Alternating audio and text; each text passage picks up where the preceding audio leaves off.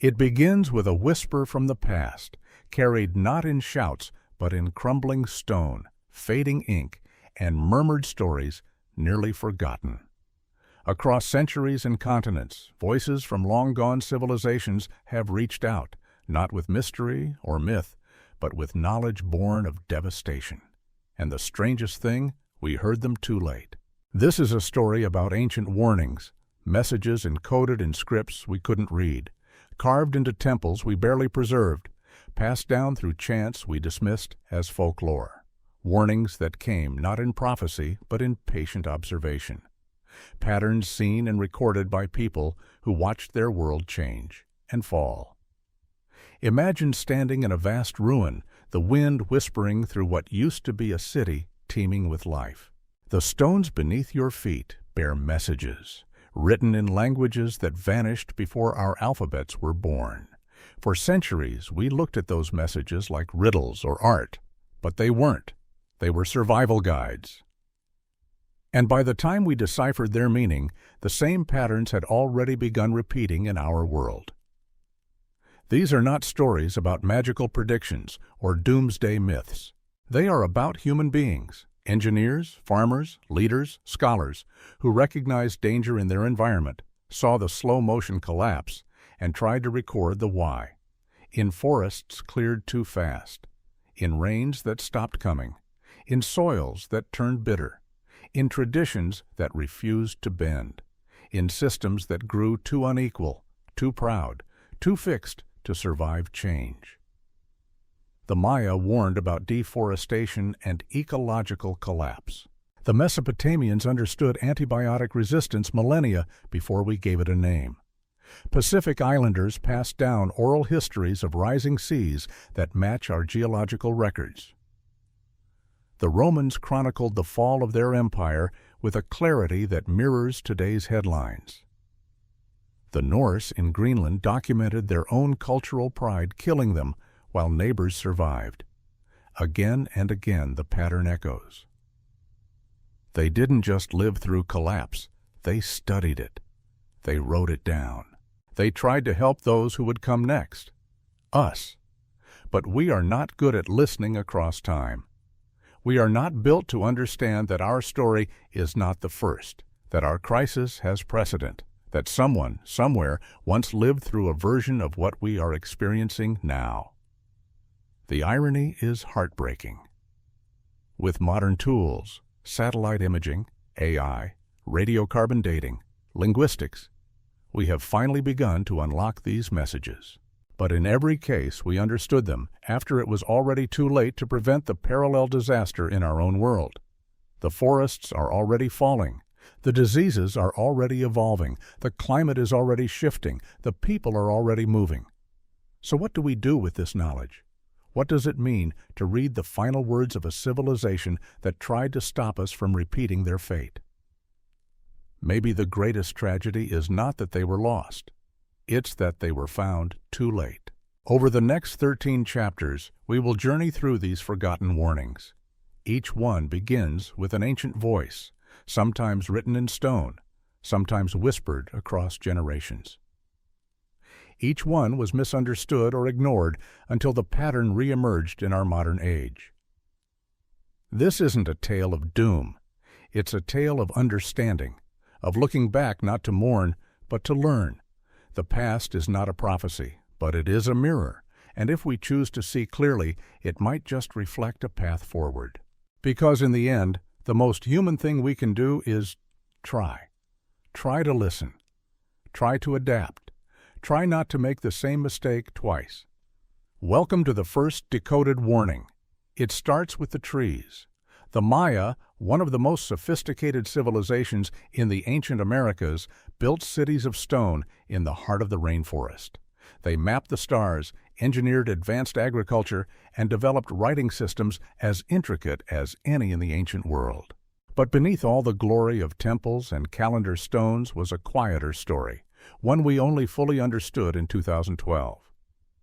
For years, archaeologists puzzled over why the Maya civilization collapsed so dramatically around 900 AD. Theories ranged from warfare to disease to foreign invasion. But then came the translation of a set of inscriptions, elegant glyphs carved into stone at multiple sites. They didn't just describe the fall, they warned about it. The Maya had written it down. One inscription reads, "We who built great cities have brought our own destruction. Those who come after heed this. The land has limits. Push beyond them, and the land will push back." It was not just a record. It was a cry to the future. What the Maya described in those carvings was ecological collapse brought on by their own hand. Vast forests were cleared to make room for agriculture and for the materials needed to construct their monumental cities. That deforestation triggered a cascade of environmental effects. Rainfall patterns shifted, topsoil eroded, and food production declined.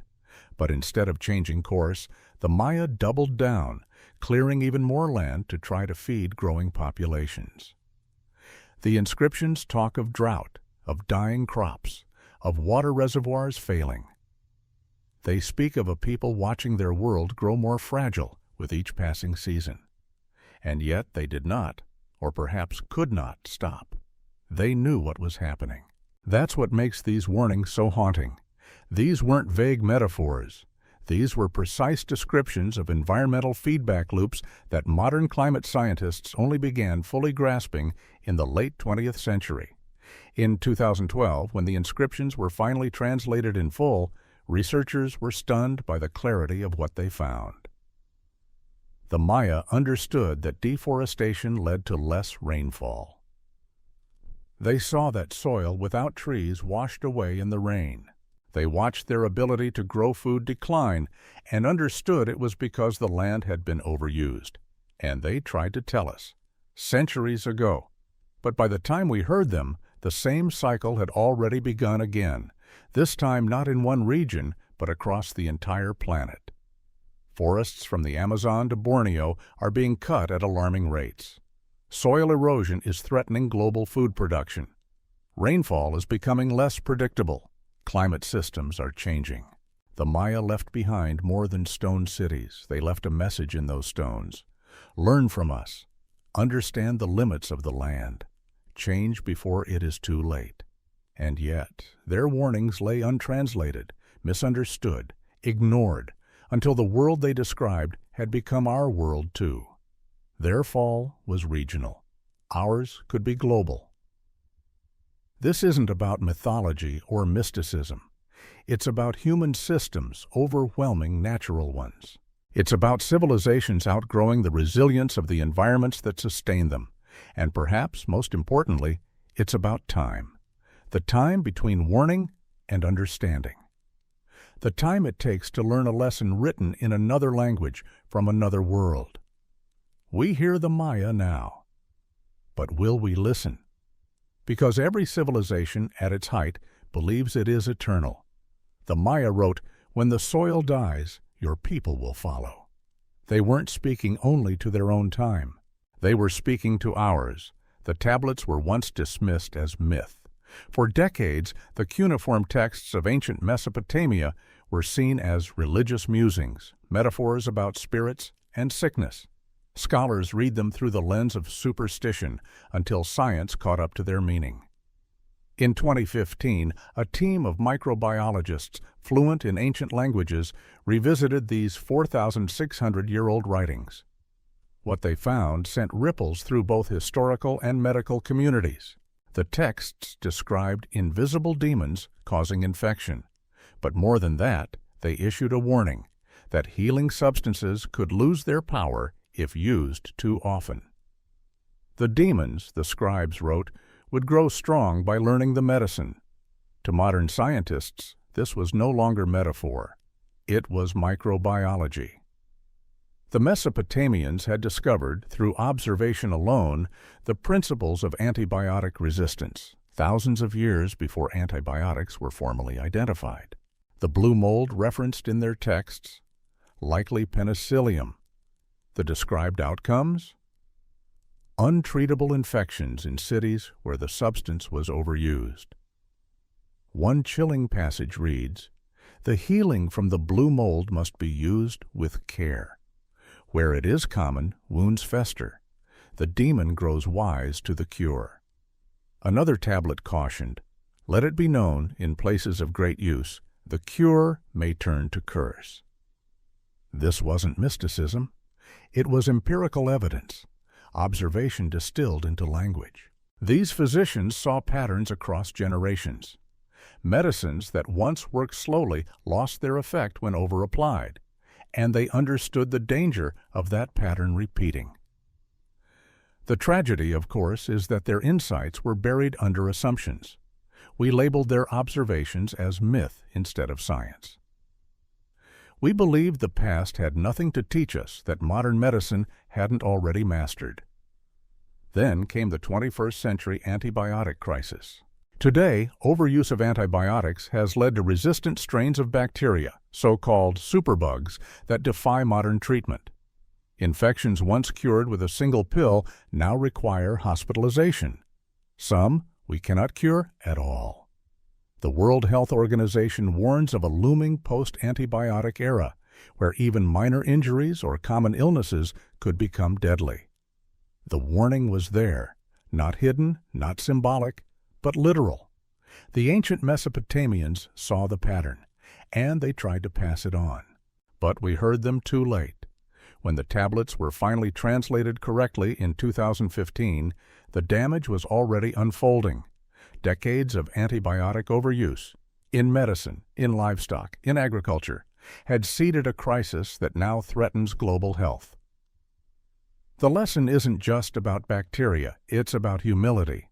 It's about the idea that knowledge can come from places we least expect, scratched into clay long before microscopes or medical journals existed.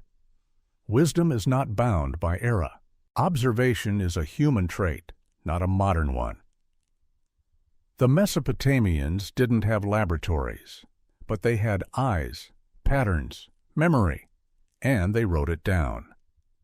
Perhaps that's what makes their message so haunting. It's not only that they discovered antibiotic resistance, it's that they tried to warn us. They understood that healing, when misused, could become harm. We discovered the truth of their warning in our own time, but it was already too late to prevent the consequences they had foreseen millennia ago. In the quiet of those ancient texts, a whisper persists. Use wisdom, or the cure will become the curse. We must ask ourselves, how many other ancient truths have we mistaken for myth? And will we learn to listen before the next warning comes due? The ocean has memory. Across the scattered islands of the Pacific, stories passed down for over 1,000 years spoke of the sea rising without mercy. These tales were long dismissed by outsiders as symbolic, creation myths, cultural metaphors, perhaps exaggerated fables. But in 2008, linguists working with Pacific Island elders began to uncover something much deeper. These stories were history. Oral traditions from places like Tuvalu, Kiribati, and the Solomon Islands described entire islands disappearing beneath the waves. The ocean, they said, had risen to the chest of a man in a single lifetime. And then came the most chilling refrain, "It will happen again." The elders knew what to watch for. They had been told by their ancestors that when the great ice mountains in the far south began to weep, the ocean would return. The skies would grow hot, the storms more violent, the winds confused. The sea would reclaim what had once been taken from it. These weren't random legends. Researchers began correlating the oral traditions with geological and climatological data. What they found was astonishing. The sea level rise described in the stories matched exactly with evidence of post-glacial melt events, catastrophic pulses of ocean rise after the last ice age. One account from Tuvalu describes how the water rose so fast that the elders had to mark the level on trees to prove it was real. Another chant from Hawaii warned, "When the clouds darken and the seasons lose their order, flee to the mountain. The sea comes for the careless." The stories matched the science, and the warnings were specific. They told of watching the weather shift, the fish disappear, the birds migrate in strange patterns. The signs, the elders said, were not mystical, they were environmental. And they had been passed from generation to generation, not as folklore, but as survival guidance. When these oral traditions were decoded and understood in 2008, the timing was painfully relevant. The oceans were already rising again. The ice in the south, Antarctica, was melting. Pacific nations were experiencing stronger storms, strange seasonal patterns, and creeping coastlines. Entire communities were preparing to evacuate land their ancestors had lived on for centuries. The warnings had been there. We just couldn't, or wouldn't, translate them. For the Western world, sea level rise was a recent topic, a modern worry tied to carbon emissions and climate conferences. But for the Pacific Islanders, it was memory. The ocean had risen before. The ancestors had seen it. And they had passed down the knowledge in the only way they could. In song, in story, in chants, repeated at dusk, when children asked why the tides pulled harder each year. This wasn't mythology, it was data. Encoded in poetry, yes, but accurate, testable, tragically real. Now, nations like Kiribati and the Marshall Islands are negotiating for future land rights, anticipating the day their homes are fully underwater. Generations from now, their descendants may live on new shores, carrying memories of lands lost not only to nature, but to the failure of others to heed ancient warnings. The ocean has memory. The people who lived closest to it remembered what it could do. They tried to tell the world. And when we finally understood, the tides were already turning. One elder said it simply, "The sea comes slow, then all at once." We thought we had more time, but the signs were already speaking. They always were. We just needed to listen with more than ears. We needed to believe that wisdom can be sung, not just written, that a chant, repeated faithfully, might carry the same truth as a scientific model. By the time we translated their story, we had already become part of it. It was a crumbling scroll, nearly forgotten. In 2017, deep inside a European monastery's archive, historians used advanced imaging to read a degraded 5th century document. For nearly a century, the manuscript had been misfiled, dismissed as a mundane Roman administrative record. But what emerged from its faded Latin was something far more profound, a first-hand account of a civilization collapsing in real time. The Roman Empire did not fall overnight. Its unraveling was slow, cascading, and disturbingly familiar. The chronicler, anonymous but clearly educated, wrote not to praise the past, but to warn the future. His words had urgency, not grandeur. He spoke of crop failures, erratic seasons, food shortages, waves of disease. He detailed how climate shifts shortened the growing season, how malnutrition spread like a shadow across the empire, weakening both bodies and hope. "The plague found us vulnerable," he wrote, "because our bellies were already empty." He watched as the state faltered. The Senate argued while cities burned. Local leaders hoarded resources for their own regions, leaving others to wither. Political paralysis prevented unified action. Borders were overwhelmed not by invading armies, but by desperate migrants fleeing hunger and drought. People from the north fled south seeking warmth. Others from the east sought water. He described them not as enemies, but as people trying to live. The record reads almost like a map, one that traces a recurring route through history. Environmental stress leads to scarcity, scarcity to disease, disease to social unraveling, and political systems too slow or proud to respond. "We believed ourselves eternal," he wrote. "Every empire does." And then came his warning. The pattern is this: the climate shifts, the food fails, the diseases spread, the peoples migrate, the politics fracture, and the empire falls. He wasn't just mourning Rome. He was creating a guide for the next civilization that might face the same sequence. That next civilization is ours. When the document was fully translated in 2017, scholars and climate scientists were struck by the parallels. Our agriculture is once again stressed by climate instability. Disease has moved faster and wider than expected in a globalized world. Migrations from drought and conflict-ridden regions are reshaping borders and politics. Meanwhile, decision-makers stall, splinter, and blame. The chronicler saw the whole system, from soil to Senate, and recognized that it was one organism unraveling. His insight wasn't just academic, it was deeply human. He wrote, "We watched the sky change, and still we planted the same seeds. We prayed for old rains instead of preparing for new droughts. Our pride outlasted our grain." Rome was not defeated in battle. It was eroded by hunger, by confusion, by disconnection between those in power and those in need. The empire fell because it could not adapt in time. And now we face similar pressures, with far more technology, yes, but also far more complexity and far more at stake.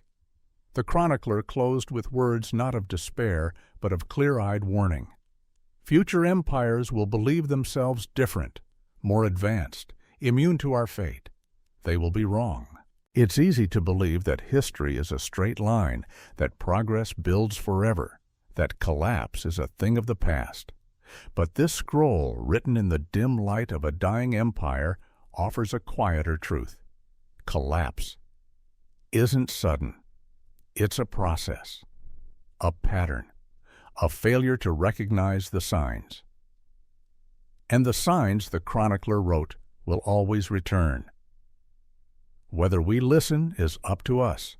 The river gave life and took it away. In 2019, after more than a century of mystery, archaeologists finally deciphered fragments of the Indus Valley script. These faint markings, etched on tablets and pottery from one of the world's earliest urban civilizations, revealed a haunting truth. The people of the Indus Valley knew their lands were dying. Their own hands had poisoned them. At its peak, the Indus Valley civilization, also known as Harappan, was a marvel of ancient engineering.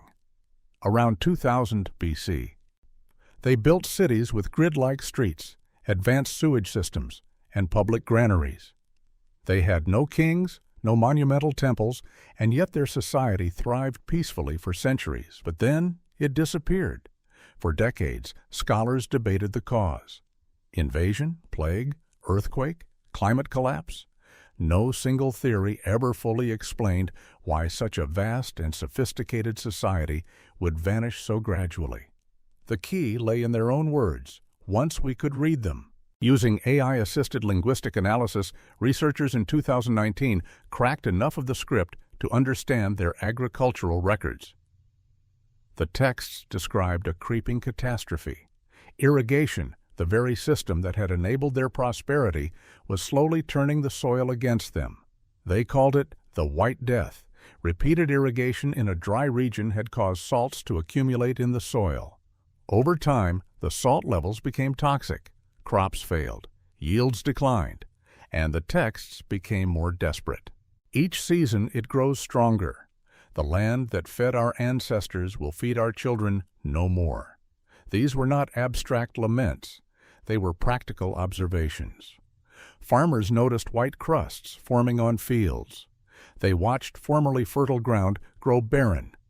They kept records of rainfall, crop failures, and warnings to future generations. One chilling tablet read, "The water we brought to make the desert bloom has poisoned the soil. The White Death spreads and cannot be stopped." They tried to warn those who would come after. Those who bring water to dry lands know this. The water carries poison in its belly. You cannot see it, but it accumulates. Your children's children will curse you when the land turns white and dead. By the time we translated those words, we were already repeating the same mistake. Today, nearly 20% of irrigated farmland worldwide is affected by salinization. The Central Valley of California, the Murray-Darling Basin in Australia, the Aral Sea Basin in Central Asia, all face the same crisis. Salt levels rising, crops failing, farmers struggling. Thousands of years apart, the story is the same. What makes the Indus Valley warning so powerful is its clarity. They didn't blame gods or enemies. They saw the effects of their own choices and tried to document them. They understood that nature has thresholds, and once crossed, some damage cannot be undone. There was no dramatic collapse, no sudden ruin, just a slow turning of soil against seed. A quiet exodus. Cities emptied not by violence, but by necessity. And yet they wrote, not for themselves, but for us.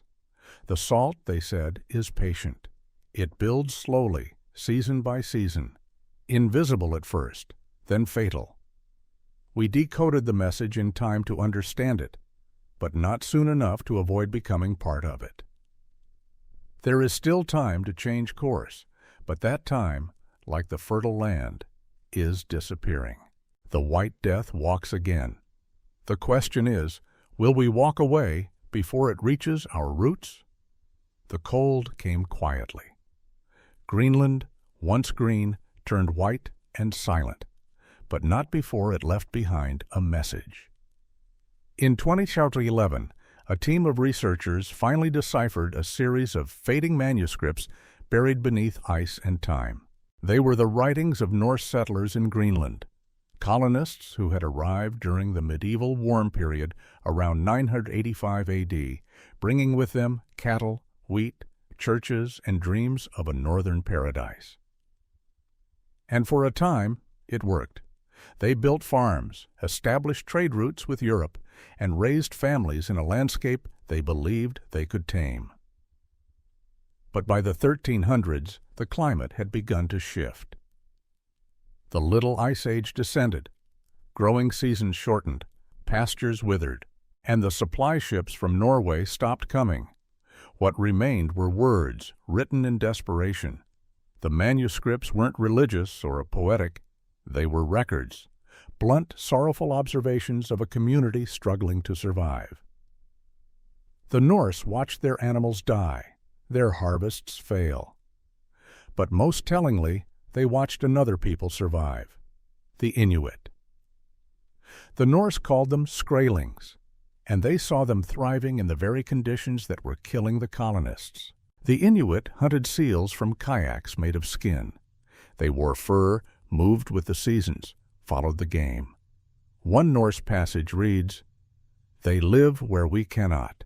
They move, they adapt, they endure. We build walls and wait for the world to change back. But it does not." Another line is even starker. "We die because we will not learn." These settlers knew what was happening. They saw what adaptation looked like. But they could not or would not change. Their culture, rooted in European farming and Christian tradition, held fast. To abandon the barns and take up seal hunting would have meant abandoning their identity. And so they starved, slowly, and with full awareness of the alternatives. The final passages are heartbreakingly lucid. "I write this knowing we are the last. The farms are empty. The church stands silent. We kept our pride. And it has buried us. The Skraelings live. We do not." When these texts were fully translated in 2011, anthropologists and climate scientists immediately saw the parallel. The settlers' fatal error wasn't a lack of knowledge, it was an inability to adapt their way of life to the changing world around them. Today, we face similar choices. The climate is shifting, the seas are rising, weather patterns are becoming more violent, more erratic. We know what must change: our energy systems, our cities, our habits. But like the Norse, we cling to old ways, believing tradition or technology will shield us from transformation. But survival does not come from standing still. The Norse weren't ignorant. They weren't helpless. They were simply too proud, too attached to the world they had built to imagine another way of living. Pride, the manuscripts warn, kills more surely than cold. Inuit communities to this day pass down their survival knowledge. It's embedded in stories, tools, movement, humility. They understood what the Norse could not, that nature is not fixed, and neither can we be. The last words from the Greenland manuscripts offer no illusions. Survival requires change. Those who cannot change will not survive. We saw the path. We chose not to follow. Their story is not just history, it's instruction. We read it now with the benefit of hindsight. The question is, will we repeat it with the burden of foresight? They carved their mistake in wood and stone. For generations, Easter Island, known to its native Rapa Nui people as Te Pito o Te Henua, the navel of the world, was held up as a mystery. Hundreds of colossal stone statues dotted a barren, treeless landscape. How had they been moved? Why had the forests vanished? And what happened to the once thriving civilization that built them? In 2013, those questions found a voice, not from new discoveries, but from old ones finally understood. Rongo, the island's unique script, had long resisted translation. But through comparisons with petroglyphs and linguistic modeling, researchers deciphered enough to uncover a message the ancient Rapa Nui had left behind. Not just a record of collapse, but a confession. "We cut the last trees," one passage reads, "knowing they were the last." At its peak, Easter Island supported a complex society. The forest was abundant, birds nested in the trees. The people fished, farmed, and built monumental statues, moai, to honor ancestors and maintain social order. But moving the moai required timber. Cooking food required firewood. Boats needed wood for construction. Each year the trees fell and the forest shrank. Early tablets speak of a time when the trees were as many as the stars. Later ones grow grim. We count the trees each season, always fewer. The final inscriptions are painfully self-aware. One reads, "The elders warned. Some said to stop, but the chief said the statues must be finished. One more," they said, "always one more." In prioritizing monuments over forests, the islanders doomed themselves. Without trees, there were no birds, no boats, no soil stability. The land eroded, crops failed, the population declined, civil war and famine followed. But before the end, they left behind a message. "We destroyed our world for monuments to our glory. We cut the last trees believing our pride mattered more than our survival. We were wrong. Let those who come after read this and learn." The symbolism is powerful. Trees are life, shelter, fuel, food, connection to the natural world. To cut the last one knowingly in pursuit of status or tradition is a profound act of self-destruction. And yet we are doing the same. Global deforestation continues at an alarming pace. Rainforests fall to make way for grazing land, palm oil, and timber. Species vanish, soil depletes, and all the while economies grow on borrowed time. When the Easter Island warnings were translated in 2013, environmental scientists drew immediate parallels. The patterns matched: deforestation, ecosystem collapse, social strain. But this time, it wasn't one small island, it was the entire planet. The tragedy of Easter Island isn't just that they failed, it's that they understood their failure. They saw it coming, and they wrote it down. They didn't believe their downfall was mysterious. They believed it was preventable. "We did this with open eyes," one line reads. "We knew, and we did not stop." What will future generations say about us? That we knew the forests were vanishing, that we saw the climate changing, that we understood the soil was thinning, the water warming, the sky filling with carbon, and that we did not stop. The islanders carved their truth into wood and stone. We write ours in satellites and spreadsheets. But the message is the same. Without the forests, nothing holds. They built a city greater than London, and then walked away. Cahokia, the largest pre-Columbian city north of Mexico, rose from the fertile floodplains near the Mississippi River. Around 1250 AD, its population may have reached 40,000, larger than any European city of the time. Monumental earthwork mounds towered above bustling neighborhoods. Trade routes stretched across a continent.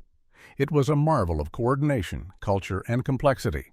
And then it vanished. By 1400, Cahokia was abandoned. Not burned, not conquered, just gone. For generations, archaeologists debated why. Climate change? Disease? Warfare? But in 2016, a set of pictographic records uncovered in elite burial mounds told a different story. Not of invaders, but of inequality. The symbols, carved into preserved wooden posts, were long considered decorative. But researchers eventually recognized them as a form of social accounting, records of how food, labor, and goods moved through Cahokia's society, and how they stopped. Early carvings showed balance, shared labor, broad distribution of food, a city built together. Mid-period symbols revealed change. The rise of elite castes, centralization of grain storage, increasing use of tribute labor. Symbols for common people grew simpler, indicating loss of status, autonomy, and resources. Late records turned stark. The chief's symbols grew ornate, surrounded by depictions of surplus, jewelry, foreign goods, heaped grain. In contrast, the majority were represented by images of hunger, bondage, and discontent. One particularly clear inscription translates to, "The people say, the chiefs take all and give none. The fields are empty, the stores are locked. They refuse to build the mounds." Another reads, "The warriors cannot keep order. Too many are angry. The city cracks." And then the most haunting message of all, "When the chiefs own everything and the people own nothing, the people will leave." And they did. No battle, no fire, just a slow, collective decision to walk away from a system that no longer served them. Excavations of final period homes showed belongings left in place, as if families simply stood up, closed the door, and chose a different life. The final pictographs contain a warning. Greatness is built in cooperation. Greed destroys what it builds. A city is its people. Without them, it is nothing. Cahokia wasn't destroyed by enemies. It was hollowed out from within by imbalance. In 2016, sociologists immediately saw the relevance. Modern societies face skyrocketing inequality. Wealth is increasingly concentrated. Social trust is eroding. People are disengaging, disillusioned with systems they believe offer no future. Cahokia's story is a quiet collapse, no dramatic fall, just a tipping point where the social contract fractured beyond repair. We often imagine collapse as an explosion. Sometimes it's an exhale. The people of Cahokia didn't revolt, they opted out. And the city, without its people, ceased to be. The lesson is not only economic, it's relational. Societies endure when all members believe they belong. When that belief fails, even the grandest cities fade. We must ask ourselves, who is building, who is benefiting, and who silently is preparing to walk away? Cahokia's message is carved in quiet defiance. When inequality grows too wide, people don't need to burn the system down. They simply stop believing in it, and that, in the end, is enough to make it fall. The warnings were written in stone, literally. In the high desert of the American Southwest, the ancient Puebloans, often called the Ancestral Pueblo or Anasazi, built cliff dwellings and great pueblos from sandstone and timber. At their height, they constructed sophisticated societies in places like Chaco Canyon and Mesa Verde, supported by agriculture and shared knowledge passed down through generations. Then, around 1280 AD, they left. For centuries, researchers wondered why. Tree ring data showed a mega drought struck the region during that time. But why would a people so deeply attuned to their land and its patterns abandon everything? The answer, it turned out, had been left behind on canyon walls and kiva murals, if only we had understood them sooner. In 2018, with the help of modern imaging and native scholars fluent in the symbolic language of their ancestors, researchers deciphered petroglyphs that told a story not of ignorance, but of ignored wisdom. "Our fathers' fathers carved these signs," one mural states. "They told us when the sky holds no rain, when the corn wilts before harvest, when the animals wander away, leave. Move before the land turns against you." These were instructions passed through time. The ancient Puebloans had survived droughts before. They had recorded what to do: decentralize, break into smaller groups, follow the water, adapt. But something changed. Later petroglyphs depict debates, priests performing more ceremonies, leaders urging people to stay, to trust in rituals to bring back the rain. Murals show gatherings where some plead for tradition, while others point to failing crops and dying springs. And finally, the last images show the aftermath: dried rivers, abandoned pueblos, figures walking away under a fading sun. One message reads, "We saw the signs, but we stayed, and we suffered what movement might have spared." These were not just messages of regret. They were reflections on failed leadership, on the refusal to adapt. When these warnings were fully understood in 2018, climate scientists and historians saw more than an ancient tragedy. They saw a modern mirror. Today, we face climate disruptions far beyond one region.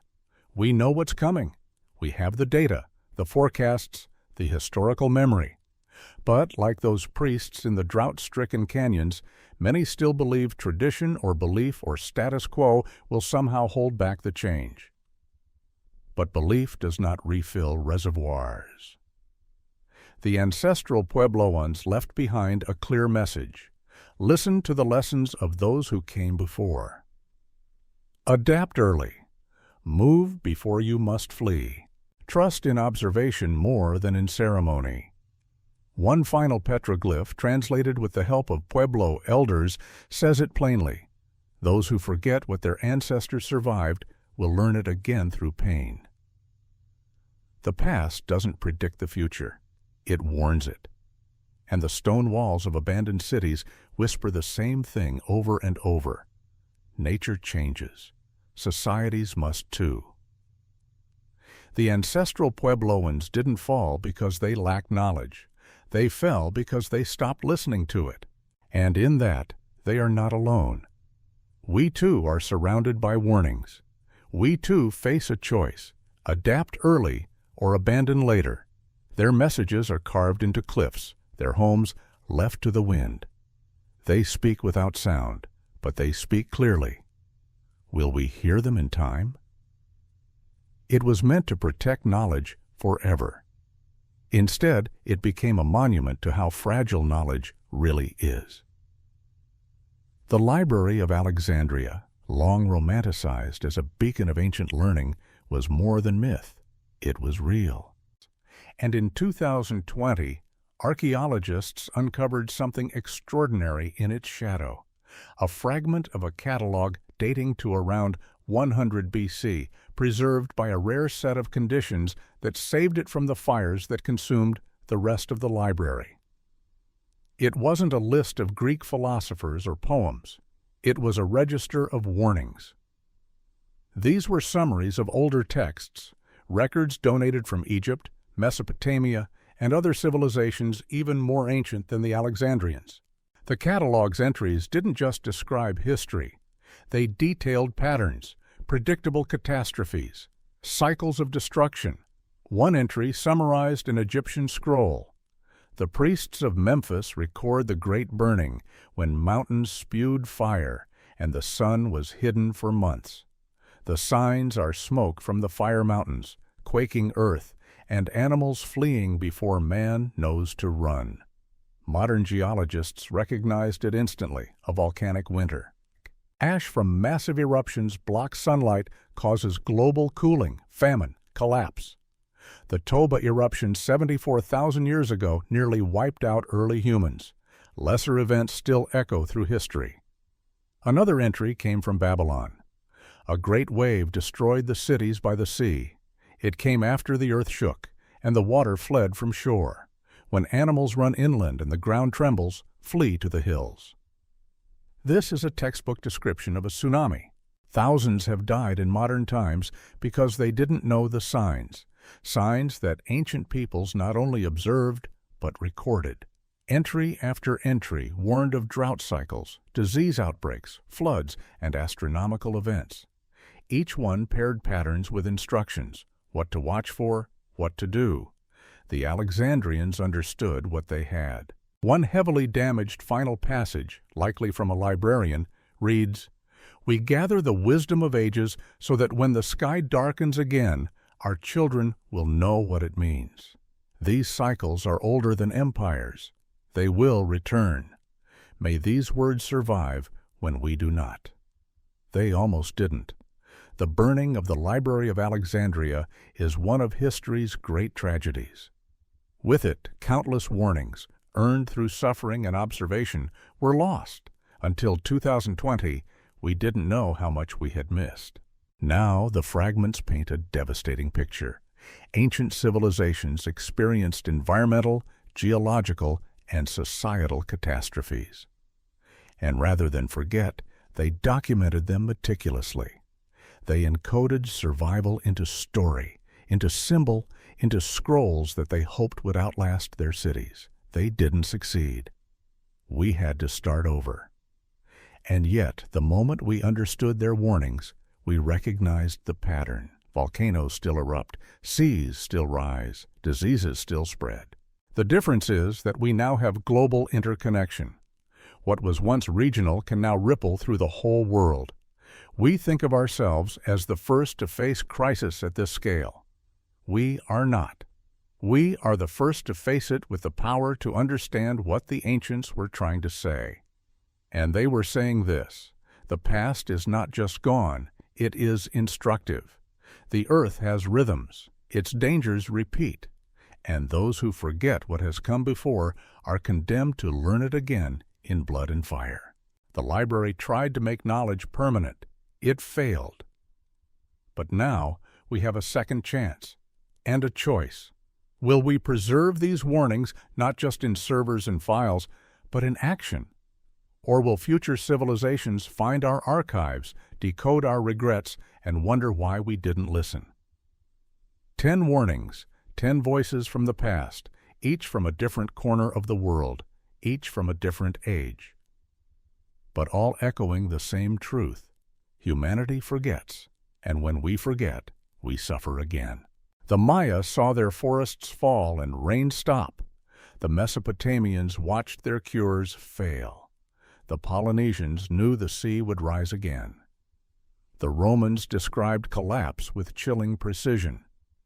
The Indus people poisoned their soil with water meant to bring life. The Norse in Greenland starved while their neighbors adapted. The Rapa Nui cut their last trees with eyes wide open. The people of Cahokia walked away from inequality. The Ancestral Puebloans ignored ancestral drought wisdom. And the scholars of Alexandria tried to preserve all of it, knowing full well it might vanish. We decoded each warning. We matched their observations to our own science. And in every case, the realization came too late to prevent the pattern from repeating. What binds these civilizations together is not geography, language, or belief. It's the simple fact that they experienced catastrophe, learned from it, and tried to pass that knowledge on. And we, the inheritors of their wisdom, dismissed it.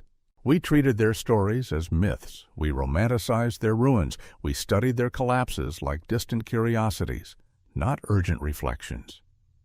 We fail to understand that the past doesn't predict the future like a prophecy. It teaches it like a lesson. A slow-moving lesson written in stone, sung in chants, etched in clay, and whispered across generations. The tragedy is not that these civilizations died. All things end. The tragedy is that they tried to warn us, and we listened only when their words became our reality, because the patterns they described, they're here. Deforestation is accelerating. Soil is failing. Seas are rising. Migrations are growing. Disease spreads faster than our systems can contain it. Political systems strain under weight they were not built to bear. We are not standing at the beginning of crisis. We are deep inside it. The ancient warnings are not relics of forgotten worlds. They are field notes, scars left on history's body. And now that we've learned to read them, the question becomes, what will we do? We like to believe we are different, that technology, globalization, and science place us above the fates that befell the ancients. But those are tools, not guarantees. Survival isn't about advancement. It's about humility. The societies that endured, the Inuit, the Pacific Islanders, the mobile tribes of the desert, did so not because they conquered nature, but because they listened to it. Adaptation, not dominance. Memory, not arrogance. The ancients weren't primitive. They were perceptive. They read the land, the sky, the cycles. And they spoke, sometimes clearly, sometimes in symbols, sometimes in sorrow, but always with the hope that someone, someday, would understand. We are that someone. The message has arrived, translated, matched with evidence, decoded not in time to change the past, but maybe, just maybe, in time to shape the future, if we choose to listen. Because there is one more pattern we must break, the pattern of ignoring what we already know. The deeper the ruin, the clearer the message. Every broken monument, every abandoned city, every buried scroll we've uncovered in this journey carries with it a choice. Not just to understand what happened, but to decide what happens next. The ancients did not warn us out of fear. They warned us out of care. They knew the pain of watching systems unravel. They felt the hunger, the cold, the confusion when the land no longer gave, when leadership failed, when rituals brought no rain. And still, amid collapse, they tried to preserve what mattered most, the knowledge of how it happened. Not all ancient societies failed. Some adapted. Some listened to their own past. Some moved, changed, humbled themselves before the forces of nature, and endured. But those who could not let go of what once worked, those who believed themselves exceptional, those who clung to tradition in the face of transformation, those became ruins. It is tempting to believe we are the end of the story, the most advanced, the most powerful, the most informed. But power and knowledge are only useful if paired with wisdom, and wisdom comes from remembering.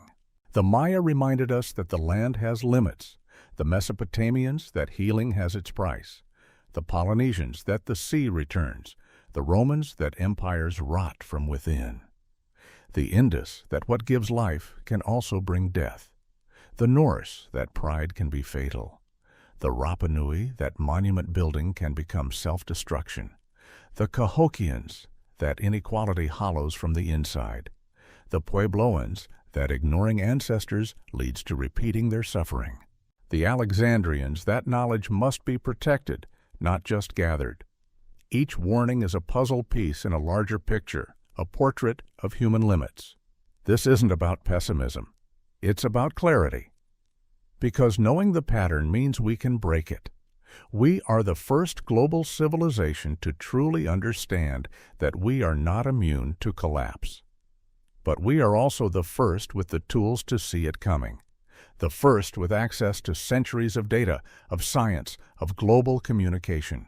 The first with the ability to study 10,000 years of trial and error in one lifetime. That is our inheritance, but it is also our test. We can no longer say we didn't know. The question is not whether warnings exist. It is whether we are capable of acting on them before they become tombstones. Imagine a future in which archaeologists read our own warnings, climate reports, inequality data, medical journals, and wonder why we didn't listen to ourselves. Imagine them decoding our mistakes the same way we've just decoded the past. Or imagine something else, a future that remembers we learned just in time, where the warnings became turning points, where history's patterns were not prophecies, but instructions, where humanity finally did the hardest thing, not just survive the crisis, but change before it arrived. That is still within reach, but only if we remember what we've just uncovered. And so we arrive at the end of the beginning.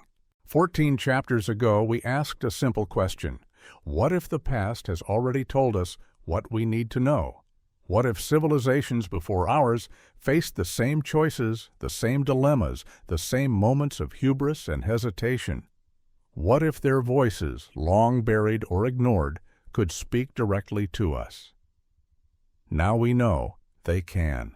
From Maya temples to Mesopotamian tablets, from Polynesian chants to Roman chronicles, from petroglyphs to library catalogs, each message was clear.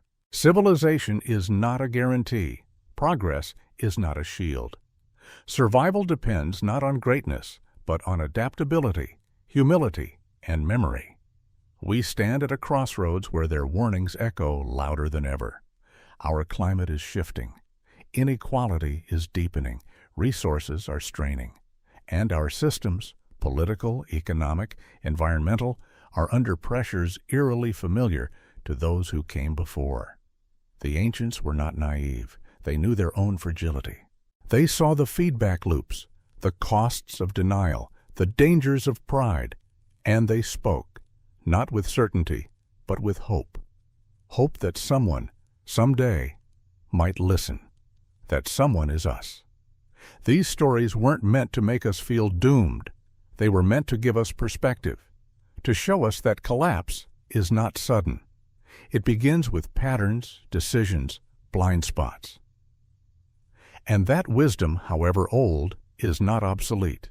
Now, we must decide what kind of ancestors we want to be. Will we leave behind warnings of our own, carved into data, written in code, embedded in satellites and cloud storage? Or will we leave behind something else? A blueprint, a turning point, a record not of repeating mistakes, but of finally choosing differently. Perhaps the true gift of the ancient warnings isn't in their accuracy, but in their humanity. They remind us that people, no matter how distant in time, cared enough to write it down, to pass the knowledge forward, to believe that someone would come after who might still have a chance. We are that chance. This isn't the end of the story. It's the moment where memory becomes action, where decoded warnings become living wisdom, where we stop being the ones who discover too late and become the ones who listened just in time. So the final question is not, what did they know? It's, what will we do now that we know too?